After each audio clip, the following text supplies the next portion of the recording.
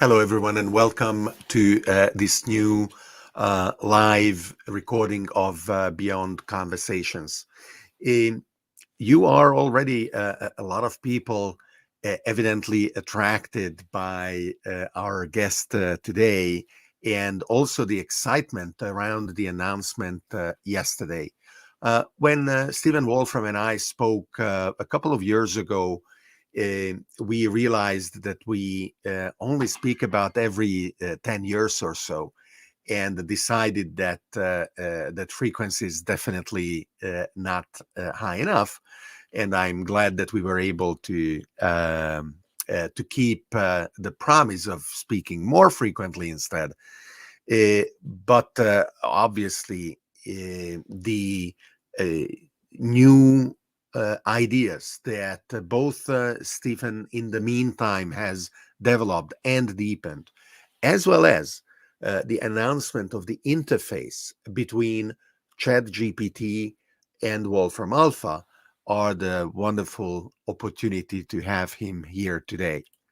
Hi, Stephen. Hello Thank you there. very much for joining. So let's start with the easy stuff. The symbolic approach of Wolfram Alpha is now married to the statistical approach of GPT-4 and ChatGPT in a wonderful API that at least apparently can be kind of designed in natural language itself. And then the system figures out how to interface the various data sources described in the manifest. So what do you expect people to do with the plugin now available? And how was the experience of developing the plugin as one of the first of the companies having announced it? Well, it was a big heroic adventure of software engineering, which I think is a tribute to the fact that I think we've done pretty good software engineering over the decades. OpenAI has done good software engineering. It's possible in a couple of months to successfully link these things, given that you have a good foundation on both sides. But definitely quite an adventure, and certainly the interaction of get the AI to do what you want. It feels very much like sort of animal wrangling, poking the alien intelligence type thing. It's very unclear, does it matter to say please in the sort of pre-prompt in the manifest? Does it matter whether it's in capital letters? Nobody knows. It's kind of like try it and see what happens. We're really poking at some kind of alien intelligence here. And even though I made kind of a sort of at least a high level analysis of what is ChatGPT really doing, what is going on in this kind of in this neural net that's understanding, that's dealing with language, being able to generate language, even with the level of, I would say, not yet very scientific understanding that we have of this. I can't tell you anything about which actual words to put into a prompt. And so that's and it's an interesting question. I mean, what's happened with the link between ChatGPT and actually two pieces to the plugin that we've put together. One is a Wolfram Alpha interface, the other is a Wolfram language interface.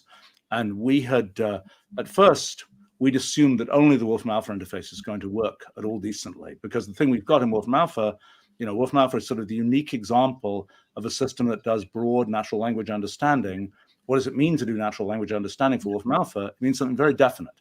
It's you take natural language in, you convert it to our precise computational language, and then you do a computation. It's not, there's no question, people say, does ChatGPT really understand language? It's hard to define what that means. For Wolfram Alpha, it's very clear what it means to understand natural language. It means we convert it into computational language from which we can do computation. And so we've had this kind of big catcher, when we're dealing with an LLM that is fundamentally sort of trading in natural language, we've got a way to kind of catch natural language that it makes and turn that into precise computational language. That's what Wolfram Alpha does.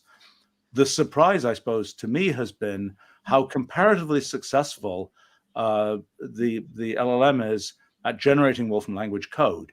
And I think Wolfram language is sort of the unique example where that's going to be a really, really neat thing to have happen, because it's, when Sorry, just to be explicit, did you need to teach the model to do that, or it is one of those latent emergent features that the training brought with it?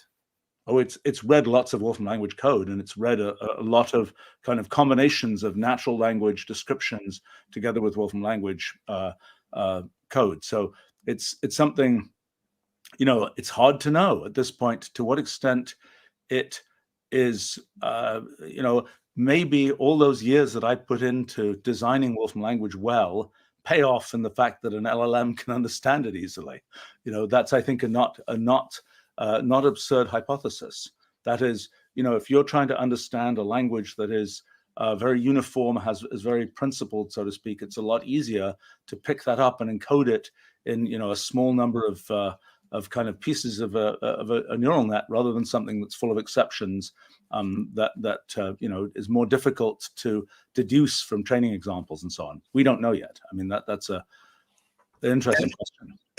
An alternative approach to what OpenAI embraced and you took advantage of together with the others that launched plugins yesterday was to use the open source LangChain wrapper. Do you have any opinion of the advantage or the disadvantage of using that kind of approach? I only know that the LangChain folks seem to have done some nice stuff with Wolfram Alpha. Beyond that, I don't really know. I'm the wrong person to ask. We've had a fairly big team doing the software engineering of this. I have not been one of those people. So I'm usually I know the micro details of everything we're doing, but in this particular case, I know how our plugin API mechanism works. I don't know about some other alternatives. Although I hear that LangChain's done a bunch of nice stuff with Wolfram Alpha, and I'm glad to know that there are other pathways, because we're still at very early stages here, and it's really not clear. I mean, the thing that really, we're going to have two different endpoints, one for Wolfram Alpha, one for Wolfram language, and we combined them at the very last minute. And it's, again, non-trivial to have the LLM know, when should you send this to Wolfram Alpha? When should you send it to Wolfram language? Send it to Wolfram language if you want a definitive sort of one-shot answer, and you've correctly formulated the code. And to have it formulate the code, there's things like, you got to tell it, go read the documentation. Did you set this function up correctly? We're probably going to end up with some additional endpoints that are specifically documentation reading endpoints that will try and tell it to go check the code you just wrote to see whether it actually has, whether the things you claim are there are really there. Because it has a habit of, it's kind of funny because, I've been proud of spending years, doing language design, but ChatGPT will extend my language design at a drop of a hat. It'll invent a new function that might have been there. And it's interesting to see what it does. It's very, I really like the following feature. It reminds me a lot. Well, it's very principled, in the sense that it has understood, in some sense, the principles of Wolfram language, and it extrapolates from those principles. And the mistakes it makes are ones where I look at them in some cases and I say, yeah, we could have done it that way, but there's this reason we couldn't do it that way that's kind of subtle to see. And so we had to do it the way we did it. But ChatGPT just barreled right ahead and said, I understand the principles you're using, more or less. And this is how you could have generalized that. So it's kind of interesting to see that. It reminds me a bit of years ago. I first, we were working on kind of having Wolfram language as something that kids could learn as kind of a first way into computation. I thought I'd better do some field experiments with actual kids and teach them this language. And it's kind of interesting to see in the case of many of these kids that they would do the same type of extrapolation of, it works like this, there's this principle, therefore this must be the case. The same thing that happens with, with young kids learning languages, natural languages. They'll generalize in ways that are sort of the way that the language would work if it was completely kind of logical, but it doesn't work that way in natural language, usually for historical reasons. In computational language, usually because yes, the designer did think of that, but there's a block. You can't do that because then something else becomes inconsistent, so to speak. It is one of the famous and wonderful examples of Noam Chomsky to then go to the conclusion that there are some innate drivers and kinds of logical support for languages. And when the natural language goes against the grain, then the kids are consistently making mistakes that they believe are the right ways that language should instead work. You highlighted something that is quite universal, that people do not understand how these large language models actually work. And on the surface, this shouldn't be the case among experts like you, even less so among experts that built the thing. And people who are not experts rely on those who are for answers.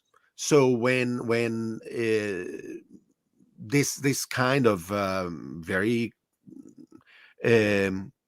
transparent admission of our lack of understanding is shared, it can create concern because it is not clear how to then go ahead and how to rely on these systems. Do you think that the Wolfram language and Wolfram Alpha could be the basis for a more systematic exploration of the nature and the depths of large language models, rather than just hacking at it and do prompt injections and whatever else? Well, okay, so I think there are multiple things to say here, a lot of interesting things to talk about here. First point is, I think the thing that is really coming into focus for me very recently, just as a result of actually being able to use this technology, is Wolfram language is a great kind of language for collaboration between AIs and humans. It's a precise computational language, but it talks about the real world. It represents, cities and chemicals and things like this. It isn't just talking about sort of things happening inside a computer. So it talks about the things people sort of want to talk about, but it is precise and computational. But it's also something that the AIs can engage with, so to speak. So, for example, in the case of ChatGPT, it can generate a piece of kind of candidate Wolfram language code. Maybe it gets it more or less right. Maybe it thought you were talking about this and it wrote code that represents this, but actually you were talking about that. So then the question is, can you tell that it, thought you were talking about this, but it didn't get it right? Well, the answer is, we're in sort of this unique position where you generate Wolfram language code. Because it's a symbolic language, every single line, every single fragment of code is runnable. So you can just run it and you see what it does. And you say, well, I've got this 5-line program that ChatGPT generated, this LLM generated.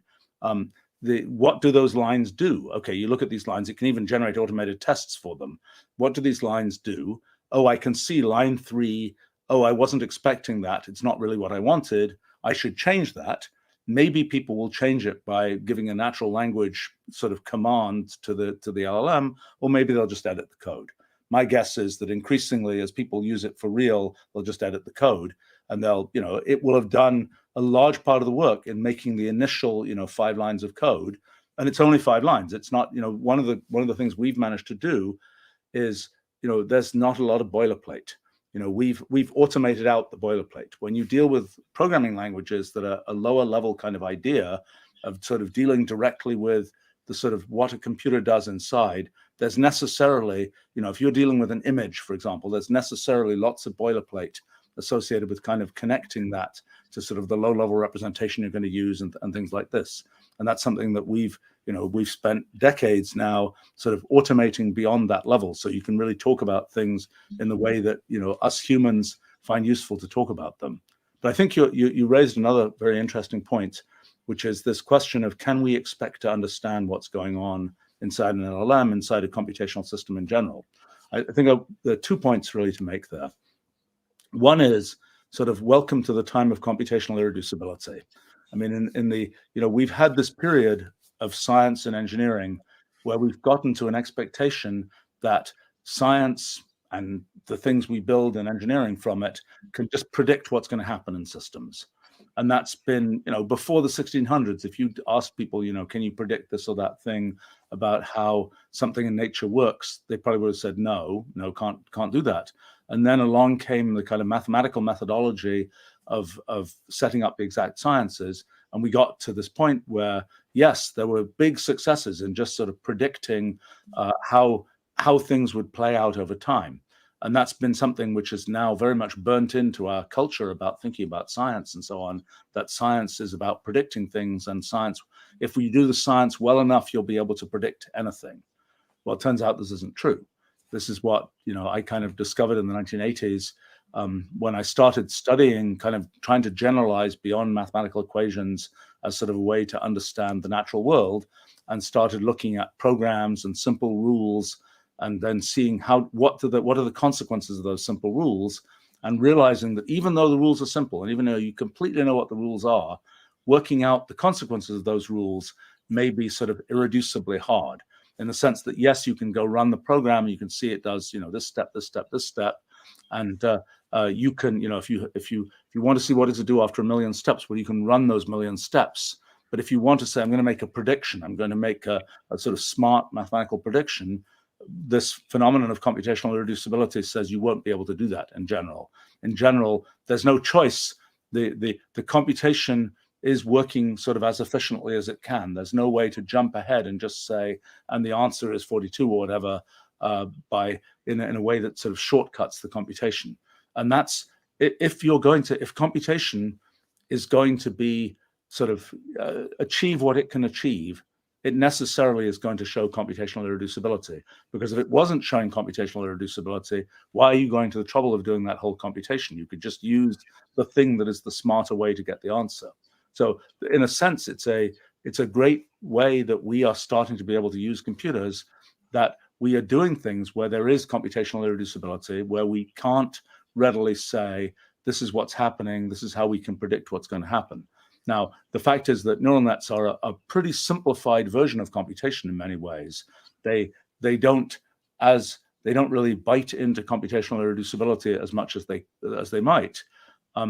But that this is the sort of core conceptual phenomenon that I think people aren't yet used to. They're going to get used to it, because it's going to be a pretty important thing in a lot of features of our world. That just one has become used to this. Science can predict everything. It can predict, every aspect of the pandemic. It can predict this. It can predict that. It just turns out not to be true.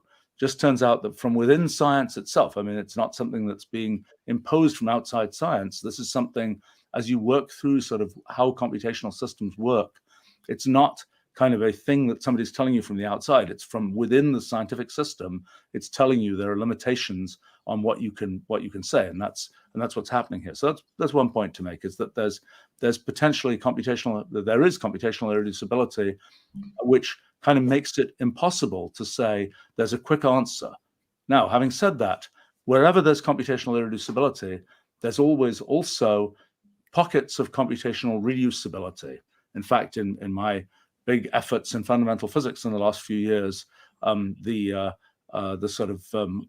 thing we realize is there is computational irreducibility at the lowest levels in our physical universe, but we kind of live in these kind of pockets of computational reducibility that allow us to kind of have some predictability about what happens in the world. Well, similarly, even in sort of when we're looking at things like neural nets and we're asking what's ChatGPT doing and so on, it is it's dealing with all sorts of regularities that make it not a fully computationally irreducible system. And I think the thing that is most striking to me about ChatGPT is it really is showing us, I think, an important piece of science that, frankly, we could have discovered sometime in the last 2,000 years, but didn't, which is that, the question is, how is language really put together? And we know that there are certain regularities in language. You know that there's a syntactic grammar of language, that, they're nouns and verbs, and they go in particular places in sentences. That part we know. That became really sort of well codified in the 1950s, but it's parsing sentences in terms of parts of speech and so on. We understand that is a thing. Then the question is, well, what else what is the rest of how you know whether a sentence is a meaningful sentence? And the answer is that there's not a lot that people have to say about that at a general level. I mean, there's one great example, which is what Aristotle did back, in whatever 4th century BC or something, where he said, let me take all these examples of rhetoric. This is my imagination for what Aristotle did. I don't think we know what he actually did in his sort of process of discovery, but I sort of view Aristotle as like the first, in what he did there, sort of a first machine learning example of machine learning done by a human, so to speak. That is, go through all these examples of rhetoric and pull out of them these patterns of argument that he thought of as syllogistic logic. The all men are mortal, Socrates is a man, therefore Socrates is mortal. This is a pattern that is a linguistic pattern that he then abstracted to talk about as a more formal thing in logic. And that was kind of the beginning of logic, syllogistic logic. Well, people say, isn't it amazing that ChatGPT can do reasoning? Well, ChatGPT discovered syllogistic logic in the same way I think that Aristotle discovered syllogistic logic. That is, it is a regularity, a pattern of language that people use. And out on the web, there's probably lots of nonsense, but there's also probably a lot more sense than nonsense. And a lot of the sense has this kind of same rhetorical, logical structure that Aristotle found in syllogistic logic.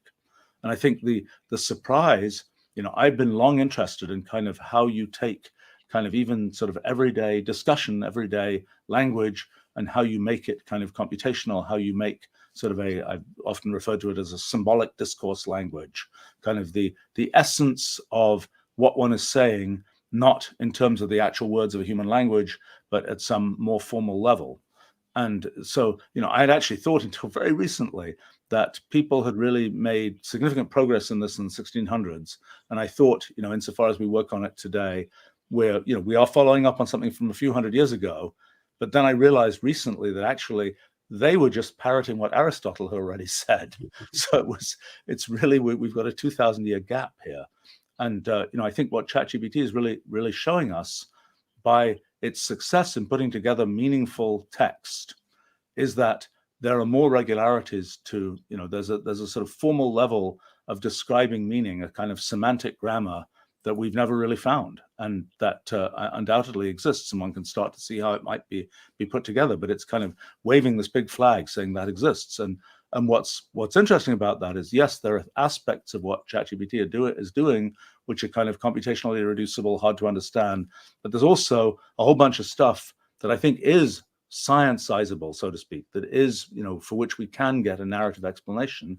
And it'll be very useful to do that. And quite possibly, once we've done that, we may say, it's very nice the neural net can do all this stuff, but actually we can save the neural net a huge amount of trouble because we can represent the thing at a sort of higher level. And then the neural net is still filling in lots of things, but it has to go to a lot less effort than having to do the full heavy lifting of going from sort of pure tokens of words up to the structure. And this will be very useful for two reasons. One, it will assay the fears of those that are looking at the black box of the LLM by making it more explainable and at least in part more verifiable. And another reason why this will be very useful is because even though they received $10 billion, OpenAI is busy sending all of that money back to Microsoft by running the system on a vastly suboptimal architecture, and by making future versions more compact, more efficient, and only using the statistical approach where it is exactly useful rather than all the time, it will make it much more scalable, much more efficient and effective, and we will have whatever version of our phone running it, not only connected to the cloud right now, but potentially locally as well. So this is one of the first editions of the Mathematica book. This is the first edition of the new kind of science book. And this is the physics project book. You mentioned that you are having fun in using ChatGPT, potentially it is not at the level where it gives you novel ideas. Do you expect it will be at any point creative where you will go, I didn't think of that? Yeah, I mean, it's already had, for example, coming up with names for functions. It's actually pretty good at that. I don't think I've yet used a name it suggested, but I've kind of say to myself, yeah, it's pretty useful for that. I mean, it's at some level I could be using a thesaurus, but it's a lot better than a thesaurus, so to speak, at doing that particular task. It's also, I mean, realistically, when as a practical matter, as a business person, other things, it used to be the case that there were these things in the world where you kind of had to write an essay. You're filing some document for something. You're doing some you're writing some sort of basic letter explaining what's going on, whatever else. This sort of smart boilerplating thing, that's sort of now solved. And I think, it used to be the case. I was realizing, when I was a kid, if you got a sort of printed document which had nice fonts and, et cetera, et cetera, et cetera, you knew somebody had really invested in that document. You knew somebody had really gone to some effort to make that document. And then desktop publishing came along and everybody could make nice fonts. And, it told you nothing that a document had been made that way. In the world before 3 months ago, if you got something which was kind of an essay-ish document, that was a signal that somebody had gone to effort to produce it. That went away now. And, but I think in terms of what I expect to see with, I expect I haven't yet used it for what I would call sort of production writing of code that I do just because because in the last week or so I haven't had much opportunity to do that, so I haven't really had the but I think it'll be interesting to see. I mean, for example, I could imagine using it if I'm making some piece of graphics and I want to kind of tweak things, being able to do that in natural language. I don't know how well that will work. It's really a question of where the boundaries are between what the LLM can produce, what we can catch with our natural language understanding system, and how those things turn into something that's precise and that's what you want, and how good the feedback is of being able to say, this is what the LLM produced. I can read that little piece of Wolfram language code. I can see what it did. I can realize, if it had only put in a 2 there instead of a 3, I'd be really happy. Let me just change it, et cetera, et cetera, et cetera. So I think we're a very early stage of understanding the workflow. I mean, I think, back in the day, 36 years ago now, we invented this kind of notebook paradigm for, as you will remember from version 1 of Mathematica and so on, this kind of notebook paradigm for mixing text and code and cells and cell groups and so on. 25 years later, other people started copying this. It was amazing to me that it took 25 years for that to happen. But, I think the challenge today is how do we generalize, what is the modern sort of interface paradigm. I just coined this term, which I'm not sure I'm totally happy with in something I was writing a week or two ago, to describe kind of what we have with ChatGPT in terms of an interface. We went through the period of GUIs, graphical user interfaces. We're now sort of entering the phase of LUIs, linguistic user interfaces, where, we've had Wolfram Alpha, we've had the ability to have a small linguistic input. With ChatGPT, we have the opportunity to have kind of the big chunk of whole essay that you're saying that you want, and the whole essay coming back. I mean, it's worth pointing out that in terms of the way that that's worked in the past, we started doing experiments on writing code with natural language back in 2010, and writing big chunks of code we were not able to do at the time, but writing small chunks of code we were able to do very successfully. And that's been a very useful mechanism in all those intermediate years, because what we find is, you're using Wolfram language, it's mostly this precise language, but occasionally you want to refer to some entity like Italy or like New York City or like methane or something like this, or some more complicated chemical. And in the actual notebook interface, you'll type control equals, and then it'll give you a little box. You type in the natural language, then it will try to understand that natural language. Maybe there'll be some ambiguity. It will give you a way to change the meaning that you intend, but then it will turn that natural language into a piece of precise computational language that then is part of the program that you're writing. And that's turned out to be a really, really powerful mechanism. And I think it may very well play out in a similar way with LLMs, that rather than saying, I'm going to give you the giant essay that's going to describe my whole giant IT system that I'm trying to build, just go build this, which I think is not going to work in a near term. You'll instead be saying, let me think about what I'm trying to do in a computational way. Let me break it down a bit into these pieces that are a little bit more bite-sized. Then ask the LLM to make those. It'll make a piece of code. You look at that code. The great thing about Wolfram language is it's intended to be a language that is readable both by computers and by humans. Kind of like mathematical notation was sort of a notation that's intended for humans to read to kind of talk about mathematics. Same thing with Wolfram language, talking about computational kinds of things. So you kind of read the code, you can check, yes, it really is doing what I want. There you press go, and then that's part of your IT system or whatever, and you go on and you deal with the next part. And what you realize that the humans are really, at this point, they're the strategists of what's going on, more so than they are the people sort of in the trenches writing the individual lines of code. I mean, and this is the same, when I started doing computing back in the early 1970s, disgustingly long ago, assembly language was the language. And even up through the beginning of the 1980s, even after I'd built huge systems in C and things like that, C was a newfangled language at the time. People were saying, no, you can't be serious. You can't write serious system software in C. You have to write it in an assembly language. And of course, that went away because we got compilers that automated the process of going from things like C to assembly language, and we're able to do that better than humans were. And I think we're going to see the same kind of thing again with sort of the slightly higher level languages that have been created in the intermediate years, that, really what's important is what's the succinct way to tell the computer what you want to do. It'll be a mixture of natural language.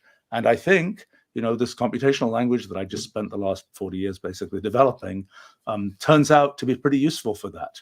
I didn't particularly see this use case coming, at least not on the time scale that it's actually happened. But I think it's kind of an exciting thing. And there are people who have been talking about 10x developers for a long time, people who are developers who are very proficient and very productive. And right now, there is talk about the 1000x developers who are aided and accelerated by AI further.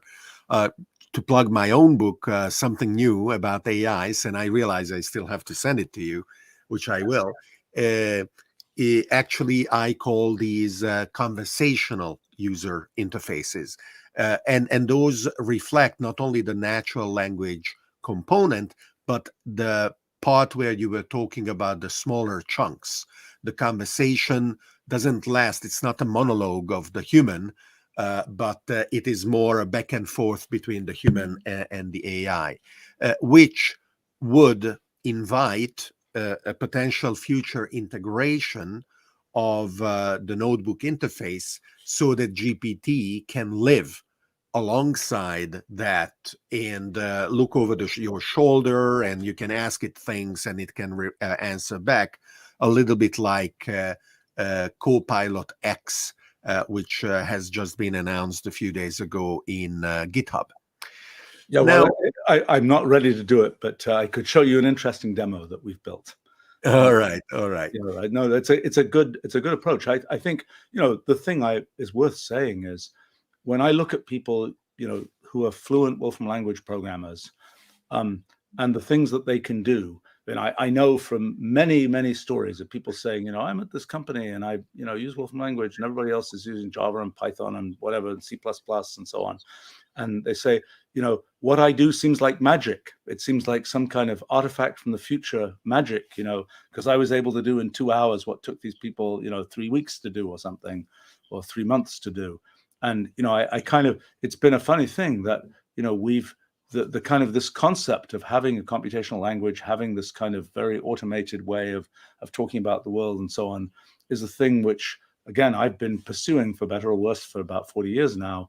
And it's, a few million people use it well, but it is certainly, it's a funny thing that there are, I think this moment that we're in right now is one where people finally get to realize, yup, there's, you can automate a lot of what people were, digging the trench by hand, so to speak, writing, putting together all these libraries and, arranging all this glue code and all this kind of thing. That's, and in a sense, what we've tried to do is to make a language where that stuff's already automated. And aren't you lucky, rather than Aristotle that had to wait 2,000 plus years to see that his logic is applied in something useful? You are still alive, and people Well, are yes, I know. recognizing that what you matters. Right. I've been, this is I seem to be on a lucky streak here, because I think that, this stuff I've been doing in fundamental physics, I have to say, I didn't think that a lot of those things would come together on a time scale of my lifespan, so to speak, and they have. And, that seems to be going extremely well, and is way ahead of schedule. And, I thought in terms of the applications of what we figured out in fundamental physics, I was kind of predicting 200 years to first useful applications, and we've already got a bunch of applications bubbling up right now, which is a big surprise. Last time we had the privilege of talking for 2 hours, and I know you have a plane to catch, so I hope we can go and cover the physics project advances as well.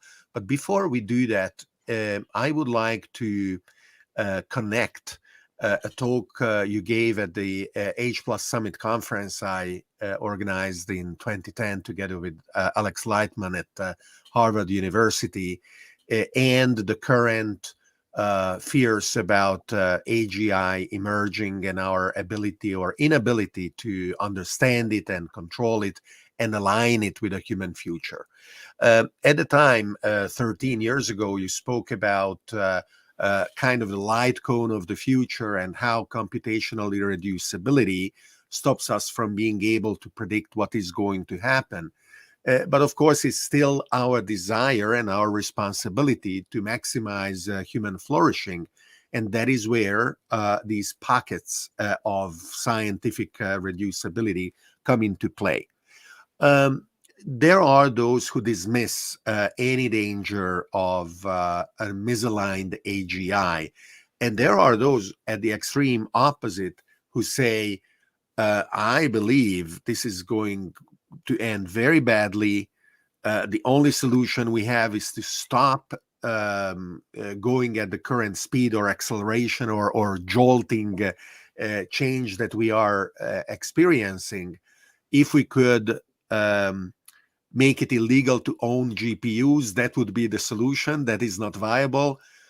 Where do you fall in this spectrum of potentially irresponsible neglect of the risks and dramatic overreaction, and how do you feel that some of your approaches could be a useful tool for exploring the distribution of risk? Right. Well, I think, things to understand. First of all, there will be, and there already is to some extent, a civilization of the AIs. There already are plenty of AIs operating in our world that are doing all kinds of things, including things pretty important to us. And there will be even more, AIs doing things that are important to us in our world. And there'll be this whole sort of infrastructure of AI activities, which we don't particularly understand. We can go and poke into pieces of them. We can kind of get a little bit of narrative about how this or that part works. But even if we could try to understand, by the time we understand them completely, then there's no point in them being there, because the whole thing that they're doing is to use computation to extend what's otherwise possible. And if we go and second guess every step, then there's no, we're not letting computation do what it can do. So, then the question is, how do we feel when there's this sort of ecosystem or this infrastructure of the AIs, civilization of the AIs running in parallel with us? Well, in a sense, we have already had this experience for forever which is our coexistence with nature. Nature we can think of as being something which is running, I like to think of it this way from a science point of view. It's sort of running lots of computations, and we exist in and around nature, and we manage to successfully coexist with nature. It could be that nature would wipe us out one day, but actually, we manage to find these sort of ways in which we can coexist with nature.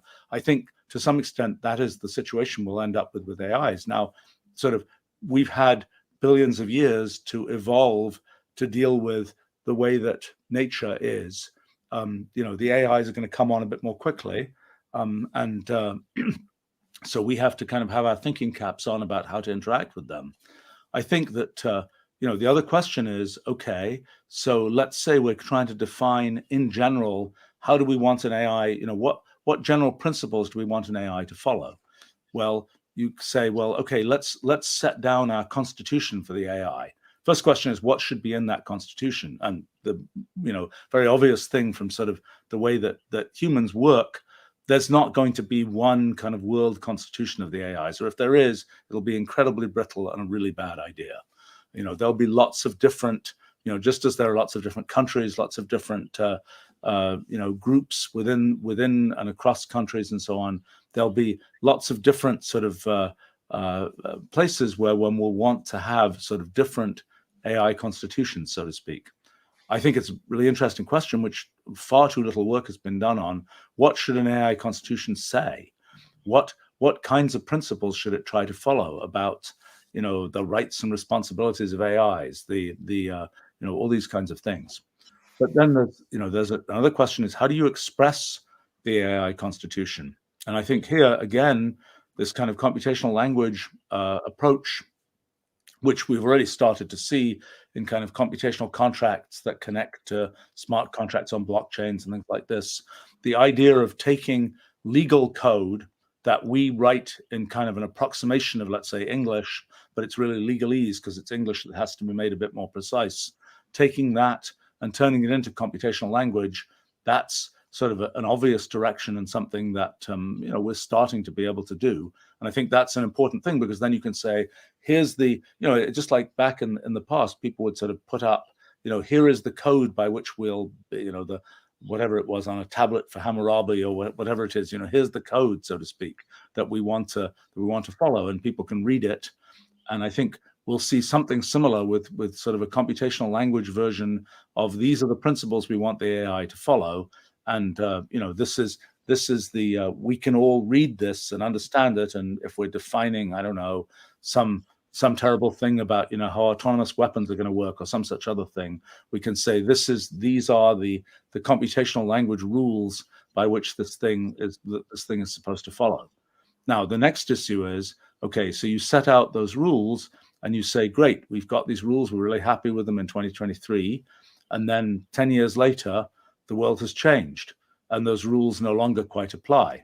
And this is what we see in human law, that there's a sort of continual, well, people sometimes say, let's go back to what was written a few thousand years ago and say that's the way it is and nothing can change, so to speak.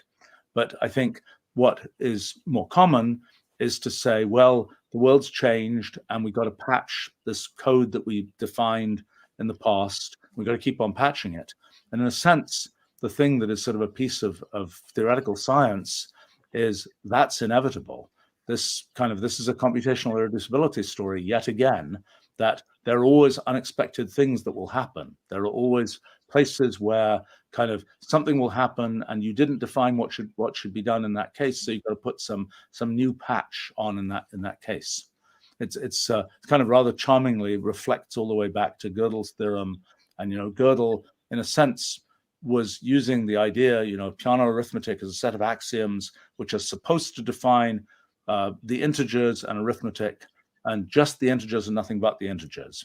But what Gödel showed in Gödel's theorem in 1931, one of the interpretations of his theorem is that just can't work. You can't have a set of rules that say, I'm going to get the integers and nothing but the integers.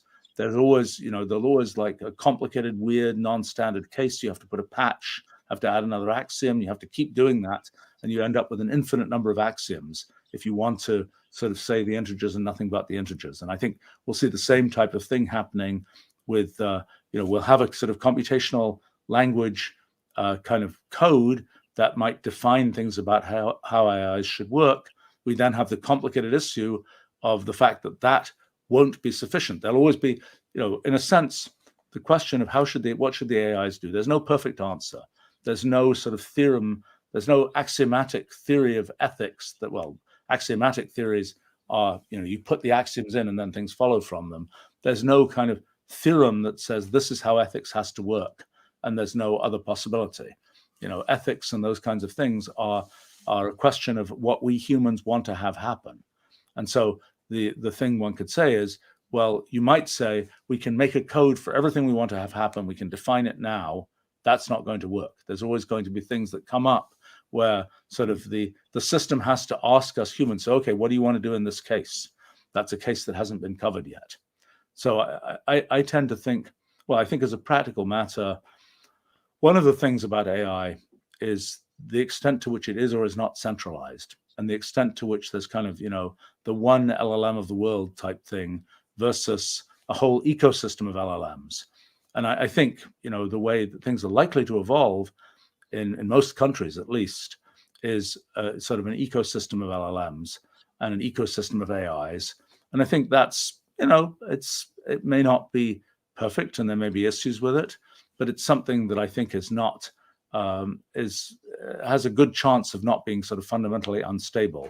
It's something where, like in biology, there's no, it doesn't tend to be the case that one species just takes over the whole, the whole of an ecosystem. It's something where there's some equilibrium established, and I think that's something that one can imagine if it's given the opportunity to do so. And I kind of think that it will for some of these reasons, like the kind of economic, it'll be the thing to understand perhaps is that, you've got an LLM, you train the LLM. Okay, you've got, maybe 6 billion, maybe 10 billion, maybe some number of billions of current meaningful human written web pages out there. You can train on that. There's maybe 150 million books or something that have been ever produced in the world, and maybe 10 million of them have been scanned now. And there's a certain universe of things that you can readily train on. Now you can keep going. You can go. I realized I've recorded 50 million words that I've said, or I've written about 15 million words, and I think altogether 50 million words that I have in some kind of tangible form. And so one can go on and one can start sort of thinking about all the different things that people produce, all the sort of personal analytics that people potentially have. I mean, I myself happen to have, for just reasons of being curious about it for the last third of a century or so, been an obsessive recorder of sort of personal data and so on. I don't usually pay any attention to this data; it just gets passively recorded. But now I realize, gosh, I can, I have a good chance of being able to do as well as anybody in training a bot of myself, so to speak. And then have your children or descendants have conversations with it in the future, in case you were unavailable for whatever reason. Yes, right. So Microsoft Research published a 154-page analysis of GPT-4, where they conclude, and it is in the title of their paper, they are seeing glimpses of AGI. Now, admittedly, I am a general intelligence of variable success across the hundreds or thousands of different dimensions that my intelligence could be measured. So already the fact that humans are the necessary yardstick is questionable. A simple calculator is better than me in arithmetics, and Boston Dynamics robot can do somersaults, which I can't. So are you at all worried that there could be sudden leaps in emergent features that haven't been planned for, that could extend these systems from merely matching to vastly exceeding human intelligence across a large number of dimensions, and that at the same time interfaces like yours are enabling them to act on those capacities, on those characteristics, if they gain, among the new features, an agency, a motivation, a desire for goal seeking, which today they don't possess. Well, okay, so there are multiple pieces to that. I mean, one thing that I think will probably happen and will be somewhat shocking is that these systems will be capable of doing sort of grand analogies of kinds that people like me are proud of being able to do, and are fairly uncommon among people. Being able to figure out what's the grand analogy between mathematics and gravitation theory or something like that. That's something that I feel pleased with myself that I can see those kind of grand analogies. My guess is that one of the shocks will be that it will be possible to get LLM-like systems to make these kind of grand analogy apparent leaps. Really, it's like, I know how I do it. It's like I see the pattern of how things work in field A, and I know enough about fields A and B that I can kind of see the correspondence. And these systems will similarly know enough about fields A and B to see that correspondence. I mean, I think another sort of a general thing for current times is this, there's been a tremendous drive for humans to specialize and sort of build up specialized towers of knowledge. I think that the increasing automation of kind of knowledge work and so on means that turns out just not to be a very good strategy. You're much better off, when you need to dive into some very detailed area. And I know this for myself. For years, I've been kind of using automation as best I can to do, science and technology and so on. When one needs to dive into some area, if one knows kind of how to use the automation, you can dive as deep as you want without having spent the years kind of learning that specific tower. It's more important to kind of learn the facts of, the facts across a lot of areas and understand kind of the tooling that allows you to go deep. But I think, let's see, you were asking about... Well, emergent agency and motivation, right. Okay. And whether putting these systems and interfacing them with the physical world could increase the risk of Right. negative outcomes. Right. So the question really is, the computational universe of possible things you can do is very big. We humans care about only a small fraction of that. It is easy to make, and in fact, it's something I've done in science a lot, to just go out into the computational universe and go find what's out there. Okay, what you find that's out there is mostly stuff where you look at it and humans say, why do we care? This is just some random computational system that's doing some elaborate, complicated thing. It doesn't relate to anything that we humans are interested in. And so that's really the challenge is what, just like in nature, lots of things happen where we say, oh, it's very interesting that the clouds have some pattern or whatever, but we don't have any particular reason to care about that. We don't have a big, long sort of narrative description of why the cloud is fluffy this way versus that way. It's just something where it's like, okay, that's something that's happening in nature. We don't care about it. So I think the real issue is you can have the AIs, and you could do it today. You can have them go and discover lots of things in the computational universe that we've never discovered. It's actually easy to do that. Something I've done for years, actually.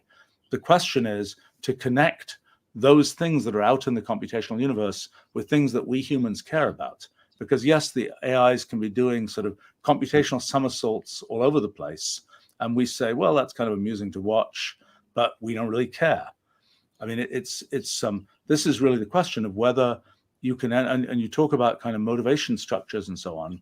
I kind of think that one of the challenges is there's a sort of a question of what do we humans choose to do? And that's kind of, what we often see happen. I was just doing a bit of an analysis of what's happened in the history of jobs that humans do over the last 150 years or so. And you see a repeating pattern. There are, some kind of job is made possible by technology, then a bunch of people start doing it. then that job becomes automated and you can kind of zero out the cost of that particular activity. And then that opens up a whole bunch of other kinds of possibilities. And each one of those, essentially, one has to pick of all the different ways those could go, which way should they actually go? And that's the thing that has involved us humans picking. Now, an AI could pick, and we would say, well, it's nice that you're generating this wonderful computational system. It's very amusing. It's like you're puffing out some different shaped cloud, and we don't care. And so that's, I think, the issue is, in a sense, it's what is the relationship between what the AIs can do and what we kind of engage with in our civilization. Same thing when we think about language. It could very well be that this, I'm sure an image recognition system has found ways to recognize cats versus dogs that notice the, pointy, round, whiskeredness versus the whatever. We don't have a word for that concept, but it may have found that that's the key idea in telling cats from dogs. But it's something that doesn't really relate. You talk about, can we understand how these systems work? What's happened is we have developed a language, human language, that talks about things we care about and the things that we're familiar with. And by the way, there's a sort of loop. Once we have a word for something, then it becomes, like a podcast, for example. Once you have a word for that, then people much more talk about doing it, so to speak, and much more imagine doing it than before you had a word that you could kind of use as a cognitive hook, so to speak. And I think then, but there are 50,000 words roughly in typical human languages, and those are the set of, that's the number of concepts that we have kind of made things that we think we care about, so to speak.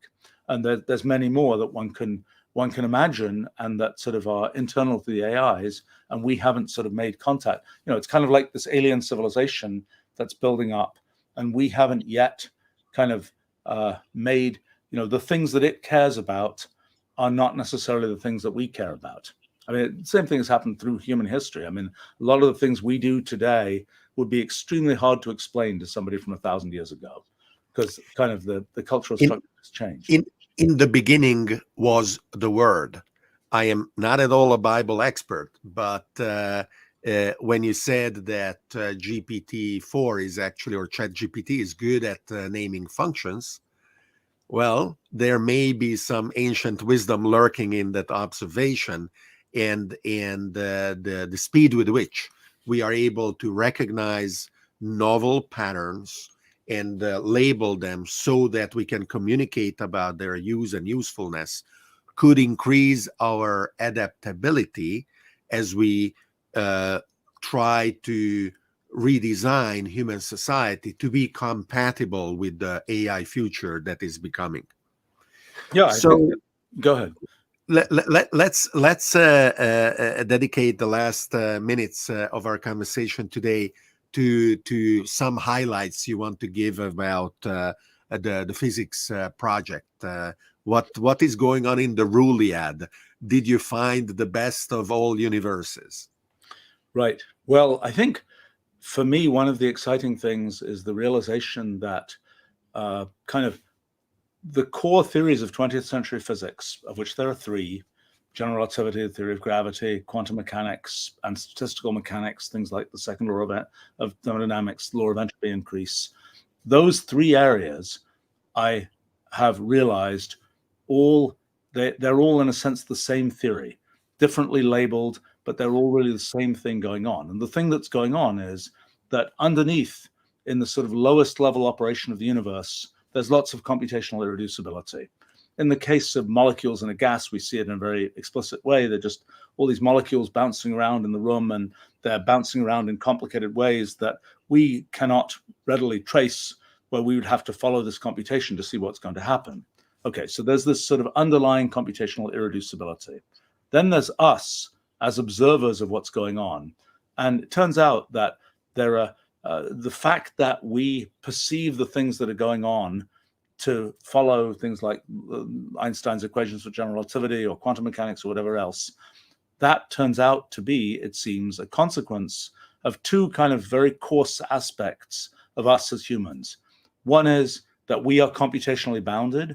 Even though there's all this irreducible computation going on underneath, we only get to see some sort of aggregate of that is sort of a limited amount of computation. In the case of molecules in a gas or something, we just see the average, pressure, velocity, whatever of the gas, not all the details of all those individual molecules. So first thing is we're computationally bounded. The second important aspect of us, which seems to relate a lot to consciousness actually, is that we believe that we are persistent in time and that we have this sort of single thread of existence and experience. And it's not obvious that we should be persistent in time, because at every moment in time, we're kind of made of different atoms of space. Just like, you have a vortex moving through some water. At every moment, it's made of different molecules, but yet you say there's a vortex and it's a persistent thing and it's moving through the fluid. So the thing that, one big excitement for me has been the realization that these three big theories of 20th century physics, first of all, they're derivable, which is not obvious. People thought the second law of thermodynamics might be derivable, but they didn't really know quite how to do it, and very, very muddled about that.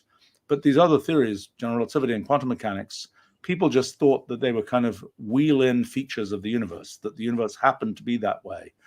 What has, I think, become clear is that in the Rulliad, which is this kind of entangled limit of all possible computations, that we are kind of observers in, we're embedded within the Rulliad, and we are sampling some aspects of what's happening in the Rulliad.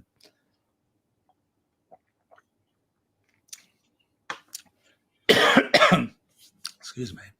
The thing that is going on there is the question of kind of what can we say about the sample of the Rulliad that we're taking? And the answer is that there seem to be these couple of characteristics that we have as observers, namely that we're computationally bounded and that we believe we're persistent in time. And those characteristics of us as observers kind of force us to perceive what's happening in the Rulliad, to follow these particular general rules, which turn out to correspond to the laws of physics. That's to me, that's pretty exciting kind of a metaphysics meets physics kind of moment. And by the way, to not leave out mathematics, we realize that that mathematics is also a feature of the Rulliad. It's another way of sampling the Rulliad. And for example, here's an example of a result that I was kind of excited about. Is there's a question of why is it possible? Okay, so we think about mathematics. There's ways of axiomatizing mathematics. It's actually very difficult to do mathematics in a fully axiomatized way. And most working mathematicians don't do mathematics in a fully axiomatized way. They think, Pythagoras' theorem is a thing that you can then reason in terms of, and they don't really worry about, what's the precise definition of real numbers that you're going to use in the Pythagorean theorem, things like that. They're prepared to operate at a sort of higher level. And what we realized is that the fact that higher level mathematics is possible, the fact that you don't run into kind of that us humans can kind of practice high level mathematics happens for essentially the same reason that us humans can believe in continuum space. Even though underneath in physical space, we think there are sort of atoms of space and that there's all a complicated, very complicated, computationally irreducible discrete structure. So similarly in mathematics, there are axioms and even subaxiomatic layers in mathematics that are very complicated, full of computational irreducibility and so on, and full of undecidability and Gödel's theorem poking its head up and things like this. The level at which we can do mathematics is this level where we're kind of operating at the fluid dynamics level, where the axiomatic level is more like the molecular dynamics level. We're able to operate at that higher level. We're able to sort of reason at that higher level. And the fact that we can do that sort of happens for the same reason as the fact that we can think about space as a continuum thing and not always have to sort of descend down to talking about the atoms of space. Now, having said that, one of the things that is question is, okay, when are we going to get the first sort of slam dunk experimental evidence that our model of physics is on the right track?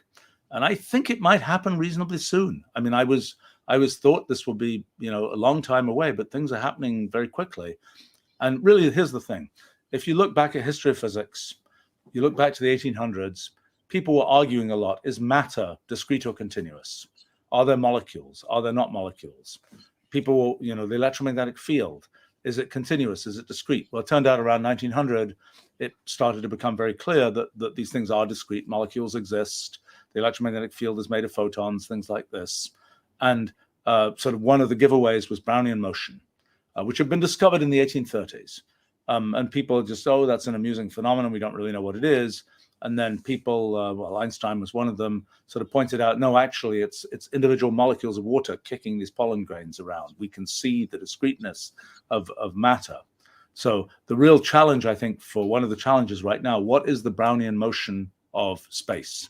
In other words, at the time, by the way, around 1900, people would not have been surprised to think that space would be discrete. But the way that physics evolved, people sort of got the idea that, no, the only way it can be consistently set up is for space to be continuous.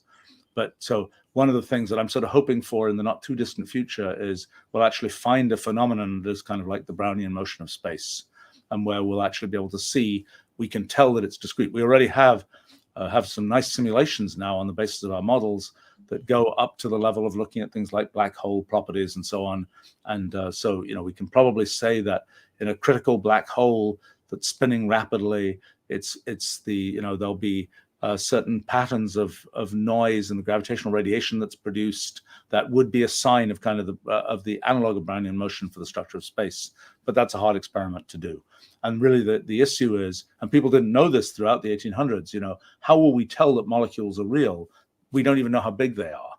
And we are in the same situation. We don't really know how big the elementary length in space is. And so we have to sort of pick away and hope that we can find a phenomenon that will reveal that.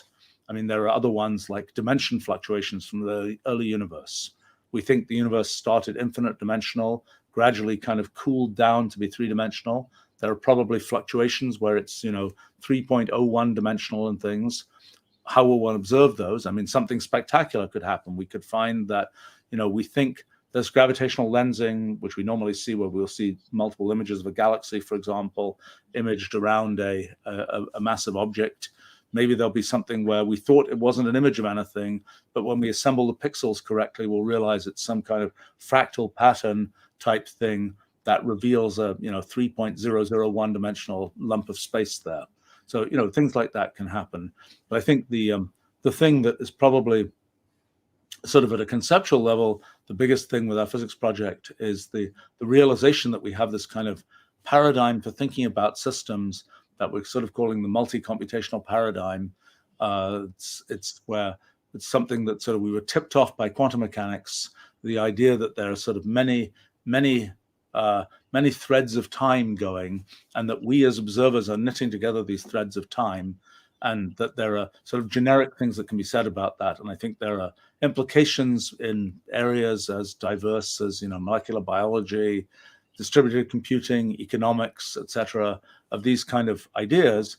One of the features of this is that because these ideas seem to apply to physics, and a lot of success has been had in physics, because we think the same ideas apply across these different areas, we can expect to import into, let's say, economics, ideas from physics through sort of the medium of this kind of formalism. So anyway, that's a very quick kind of Yes, I would have 100 more questions, but I know you have to go. Thank you very much. And I think we are in agreement that next time we speak again is not going to be in 10 years. And I will be happy to reach out and have an update. But in the meantime, thank you for being here with us today. Yes, thanks very much. Nice conversation. Thank you.